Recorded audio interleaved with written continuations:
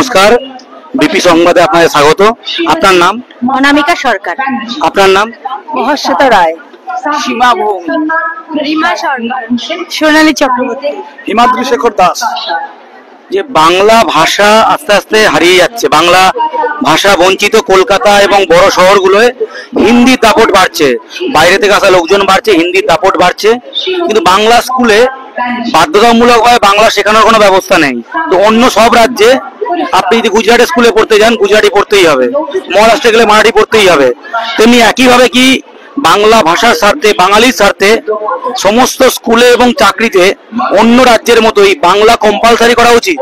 হ্যাঁ, একদম বাংলা কম্পালসারি করা উচিত। সবাই মনে করছেন? একদম বাংলা মনেই করি, আমি বাংলারই একমত। অবশ্যই আমি নিজে লেখালেখি করি বাংলা নিয়ে, আমিও চাই সমস্ত বিষয় বাংলায় হোক। সবার কাছে আপনি কেন চাইছেন বাংলা বাধ্যতামূলক হোক? বাংলা বাধ্যতামূলক, আমাদের বাংলা থেকে বাংলাটাই হারিয়ে যাচ্ছে। আমাদের মাতৃভূমির যেটা আমাদের নিজস্ব যে ভাষাটা, এখনকার জেনারেশনে তারা মনে করে ইংলিশে কথা বললে বোধহয় ভীষণ মডার্ন। এখন তো আবার বেশি করে হিন্দি ঢুকে পড়ছে। হিন্দি তো ঢুকেছে, ইংলিশ, হিন্দি, এবং সেখানে মানে বাংলাটাকে হারিয়ে গেছে। আর আমাদের এরপরে কিছু কিছু আসবে কি, মাকে বোধহয় মা ডাকতে আমরা ভুলে যাবো, মাম্মি, পাপ্পা এরম ডাকছে, মা বাবা এটাই ডাকতে ভুলে যাবো।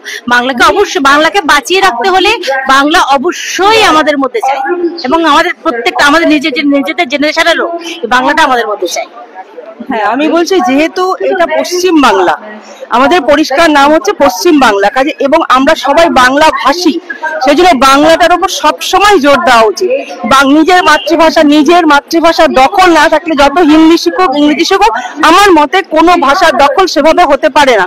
এবং প্রত্যেকটা ক্ষেত্রেই সেই জন্য যার জন্য আজকাল প্রত্যেকটা লোকে বাচ্চা বাংলা কথা বলতে গিয়ে তার মধ্যে হিন্দি, ইংলিশ, বিভিন্ন ধরনের ভাষা ঢুকে দিচ্ছে। পরিষ্কার বাংলা একটা সুন্দর একটা লাইন তারা ভালো করে তৈরি করতে পারছে না, যেটা খুব জরুরি বাচ্চাদের শিক্ষার জন্য।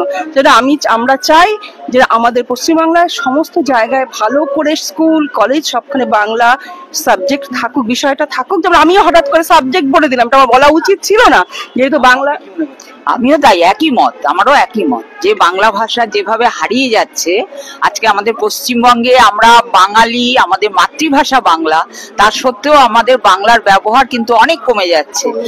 এখনকার এই জেনারেশনের ছেলেমেয়েরা সবসময় ইংলিশ বই, বাংলা গল্পের বই পড়ছে না, তারা ইংলিশ বইয়ের দিকে ঝোঁক পড়ছে, কারণ তারা ইংলিশ মিডিয়ামে পড়ছে। কিন্তু আমার মনে হয় ইংলিশ মিডিয়ামে বাধ্যতামূলকভাবে বাংলাটাকে রাখা উচিত। ইংরেজি পড়ুক কি সঙ্গে বাংলাটাকেও রাখা উচিত। একদমই তাই, ইংলিশের সাথে সাথে বাংলাটাও নিজের যে অঞ্চল, রিজিওনাল ল্যাঙ্গুয়েজটাও তো শেখা দরকার। আমাদের যে ভারতবর্ষ বা আমরা যে এখন পশ্চিমবঙ্গে আছি, সেক্ষেত্রে আমরা সব ভাষাভাষীর মানুষেরাই আছি, তাই কোনো ভাষাকেই আমি কিন্তু অসম্মান করব না। কিন্তু একটা কথা বলবো, ইংলিশ, হিন্দি যাই থাকুক না কেন, আমরা যেহেতু বাঙালি, আমরা গর্বিত, আমরা বাঙালি এটা বলতেই আমরা গর্বিত, তাই বাংলা আমাদের চাই। আমি নিজে আমার সন্তানকে সবসময় বলি বাংলা পড়ো, বাংলা লেখো। আজকে লজ্জা লাগে, অনেক সময় আমি দেখেছি টিভিতে রবীন্দ্রনাথকে চেনে না, এর বাবাকে জানি না, ওর বাবাকে জানি না, বর্ণ পরিচয় জানি না, কেন এটা হবে? আর এর জন্য দায়ী কিছুটা ক্ষেত্রে কিন্তু আমরা বাবা মারাও, কারণ আমরা এখন ছেলে মেয়েদের বাংলাটা না শিখিয়ে ইংলিশের দিকে ঝুঁকিয়ে মানে ঠেলে দিচ্ছি। অবশ্যই ঠিক, আমিও একই কথা বলবো, সোনালীদির কথা ধরেই বলবো যে আমরা নিজেরাই এই বিষয়ে সবচেয়ে বেশি দায়ী। আমাদের বাংলার মনীষীদের আমরা ভুলে যাচ্ছি। বাংলা শেখার ক্ষেত্রে তারা কিভাবে বাংলা ভাষাকে এগিয়ে নিয়ে গেছেন সেটা আমরা ভুলে যাচ্ছি। মাঝখানে আমরা সরকারের পক্ষ থেকে শুনেছিলাম যে অন্য রাজ্যে যেমন ধরুন যেখানেই যাই, স্টেশন থেকে শুরু করে বিভিন্ন দোকান, সেখানে তার আঞ্চলিক ভাষার সঙ্গে অবশ্যই থাকে। এটাও আমার এখানে মাঝখানে আইন হয়েছিল, শুনেছিলাম যে বাধ্যতামূলক, কিন্তু আমরা কিন্তু পাই না। সাইনবোর্ডে বাংলা বাধ্যতামূলক কলকাতা পুরসভা করেছে, কিন্তু কেউ বাংলা লিখছে। ঠিক এটাও কিন্তু আমি জোরালো দাবি করবো, এইটাকে জোর করে আইন করা হোক, যে অন্য ভাষা যেমন আইন করেছে কিন্তু বলবৎ করতে হবে। হ্যাঁ, অবশ্যই আইনটাকে বলবৎ করতে হবে। এবং সেখানে যেভাবে ধরুন আমার ছেলেকে আমি ইংরেজি ভাষায় পড়াচ্ছি, সেখানে অবশ্যই বাধ্যতামূলক ভাবে বাংলা ভাষাটা রাখা দরকার। কারণ আমাদের মাতৃভাষা যদি ভুলে যাই, বাবা মার ডাক যদি ভুলে যাই, জন্মে আমি বাবা বলছি, মা বলছি, সেটা যদি ভুলে যাই, সেটা আমাদের কাছে খুব গর্বের হবে না। আমি চাই অবশ্যই সেটা আইনত বলবৎ করা হোক, এবং সেটাকে যাতে মানুষরা সেই আচরণটা করে সেটা দেখা হোক। দেখুন, আমরা যদি অন্য রাজ্যে কর্মসূত্রে যাই, কোথাও ঘুরতে না, দীর্ঘদিন থাকলে, কোন দীর্ঘদিন যদি আমরা কর্মসূত্রে বাইরে যাই, আমরা তখন কি করি, সেই রাজ্যের ভাষা শিখি। বিহারে গেলে হিন্দি বলি, ইউপিতে গেলে হিন্দি বলি, কিন্তু বাইরে থেকে কলকাতা এবং বিভিন্ন শহরে হিন্দি উর্দু ভাষী বাড়ছে এবং তারা বাংলা বলতে অস্বীকার করছে এবং বাঙালিকে বলছে হিন্দি বলতে হবে। একদম, তারা বলেই না। আমার তো এবং বলে না তো বটেই, বাঙালিকে বলছে তাদের সঙ্গে হিন্দি বলতে হবে। এমন ভাব করে, আমার এক্সপিরিয়েন্স অনুযায়ী, আমি চেন্নাইতে যাই তো, তারা এমন ভাব করে যেন বুঝছেই না, মানে ইংলিশ প্লাস হিন্দি বলছি তাও ওরা উত্তর দেবে না। আমাদের মাটিতে কি হয়? আমাদের মাটিতে তো আমরা সেদিকে স্ট্রং নয়। আমাদের মাটিতে আমরা ভাবি কি বোধহয় না, তালের সঙ্গে তাল মেলাতে হবে, যুগের সঙ্গে তাল মেলাতে হবে। এটা যেদিন থেকে ভেতর থেকে ভীততাটা, কি বলবো, ভয় পাওয়াটা কাটবে, সেদিনই বাংলা আমাদের সবার মধ্যে হবে। যে বাইরে থেকে আসছে বলছে বাংলা বলবো না, বাঙালিকে হিন্দি বলতে হবে, এটা কি মেনে নেওয়া যায়? একদম না, একদম না, একদম না। আমি তো বাংলায় বলি, আমি রীতিমতো বকাও খাই। আমি আমার ভাষা বলবো, বুঝলে বলছি, না বুঝলে বকা খাবেন কেন? এটাই স্বাভাবিক, ওটা পৃথিবীতে স্বাভাবিক।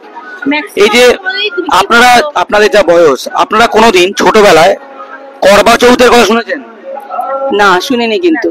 এখন বাঙালি ঘরে সিরিয়ালে দেখানো হচ্ছে করবা চৌথ দেখানো হচ্ছে। বাঙালি সংস্কৃতি হারিয়ে হ্যাঁ, যাচ্ছে তো।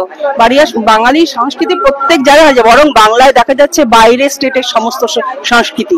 এখানে বিভিন্ন ধরনের আমরা পুজো আর্চা যা করছি, যা আমরা সংস্কৃতি যা আসছে, সেখানে মিশে যাচ্ছে অন্য সংস্কৃতি, যেটা আমরা চাই না। আমরা চাই আমাদের বাংলার যে সংস্কৃতি সেটাকে ধরে রাখার জন্য যেইটুকু বাংলা ভাষার মাধ্যমে আমরা শক্ত ভিত তৈরি করে করতে চাই, সেটা আমরা সবসময় চাই। আগে বাংলাকে প্রাধান্য দিতে হবে, তারপর অন্য ভাষা।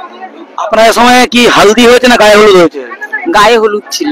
হালদিটা কোথায় রয়ে গেল? কোথা থেকে এসছে? বাইরের থেকে এসছে, নন বেঙ্গলিদের ব্যাপার এটা। আমরা ওদের নিচ্ছি, ওরা কি আমাদের নিচ্ছে কিছু? না, কেউ কিচ্ছু নিচ্ছে না, আমাদের গুলি কেউ। আমরা ওদের ভালোবাসি, বাঙালিকে ওরা কি ভালোবাসে? কোনো মতেই না। তার জন্য আমরা দায়ী, আমরা বাঙালিরাই এবং সেটা বিশ্বাস করতে চায় না। এবং আমার একটা অভিজ্ঞতা, আমার নিজের বিশ্ববিদ্যালয়ে যারা সাউথের ছেলেগুলো আসে, তারা কিন্তু হিন্দি বলতেই চায় না, হয় ইংরেজি অথবা আমাদের সঙ্গে যদি বাংলা শিখতে পারে বুঝে তারা কিন্তু চেষ্টা করে। এবং আমাদের টিচার ছিলেন যিনি কিন্তু গোলপার্ক মিশনে বাংলা শিখেছিলেন বাংলা বলার জন্য।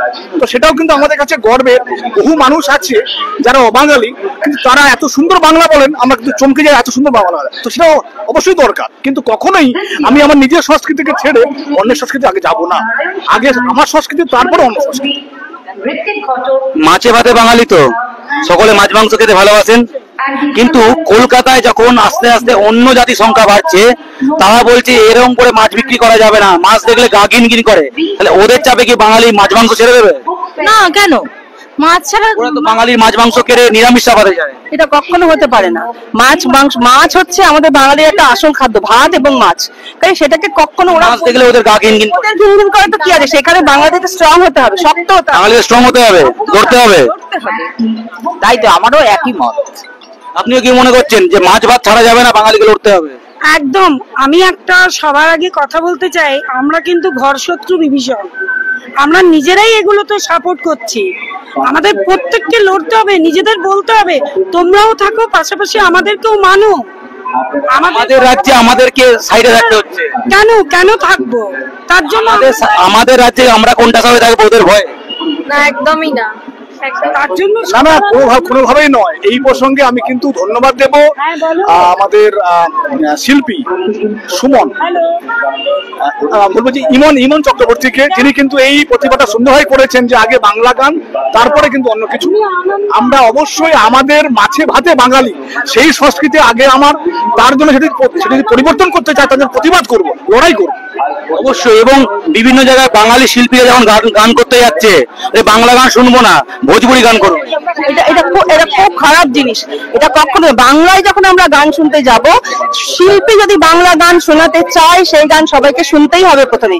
তারপরে অনুরোধ, মানুষের দু একটা অনুরোধ থাকতেই পারে যে আমি এই ভাষায় একটা গান শুনবো। শুধু হিন্দি বা ইংলিশ না, হয়তো সে আসামিস ভাষাও শুনতে পারে, সে উড়িয়া ভাষাতেও গান শুনতে চাইতে পারে। রিকোয়েস্ট আলাদা, কিন্তু প্রাধান্য যে স্টেটের, সেই স্টেটের গান সবাইকে শোনা উচিত। এটা আমি 100 বার মনে করি। আপনারা সকলে মনে করছেন ইমন চক্রবর্তী স্টেজে যেটা করেছে সেটা ঠিক করেছে? ঠিক করেছে, এটাই প্রাধান্য দেওয়া। অবশ্যই ঠিক করেছে।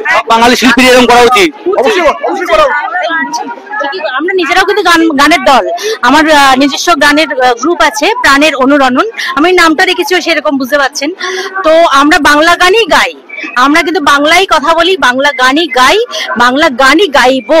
আমাদের গ্রুপের বয়স 9 বছর হয়ে গেল, আমরা কিন্তু এইভাবেই চলছি, এখানে প্রোগ্রাম আছে বলে এসেছি। শেষ প্রশ্ন, ভারত স্বাধীন করলো বাঙালি, বাঙালি রক্তে স্বাধীন। ভারতীয় সেনাবাহিনী তৈরি হলো, তার আগে বাঙালি রক্ত দিয়ে ভারত স্বাধীন করেছে।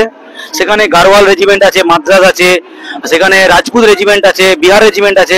বিহার রেজিমেন্টের অফিস এই কলকাতা নিকো পার্কের ওখানে। তো বাঙালি রেজিমেন্ট নেই, সেনাবাহিনী থেকে বাঙালি রেজিমেন্ট চাই না? অবশ্যই অবশ্যই দরকার। 100 বার দরকার, 100 বার দরকার। হ্যাঁ অবশ্যই অবশ্যই, সব সময় চাই বাঙালি। এবং বাংলার মাটিতে দাঁড়িয়ে বাঙালির ওদের সঙ্গে হিন্দি বলা উচিত না বাংলা বলা উচিত? বাংলার মাটিতে, বাংলার মাটিতে বাংলাতে দাঁড়িয়ে বাংলাতেই কথা বলা। অবশ্যই আগে বাংলা বুঝতে না পারলে তখন হিন্দি বলা, আগে বাংলা। কেউ যদি বুঝতে অস্বীকার করে না, তাহলে আমি কিছু বলবো না, তাকে আমার ভাষা বয়কট করবো, বয়কট করবো, সাহায্য করবো না, সাহায্য বয়কট করবো। অনেক অনেক ধন্যবাদ আপনার সকলকে, অনেক অনেক ধন্যবাদ।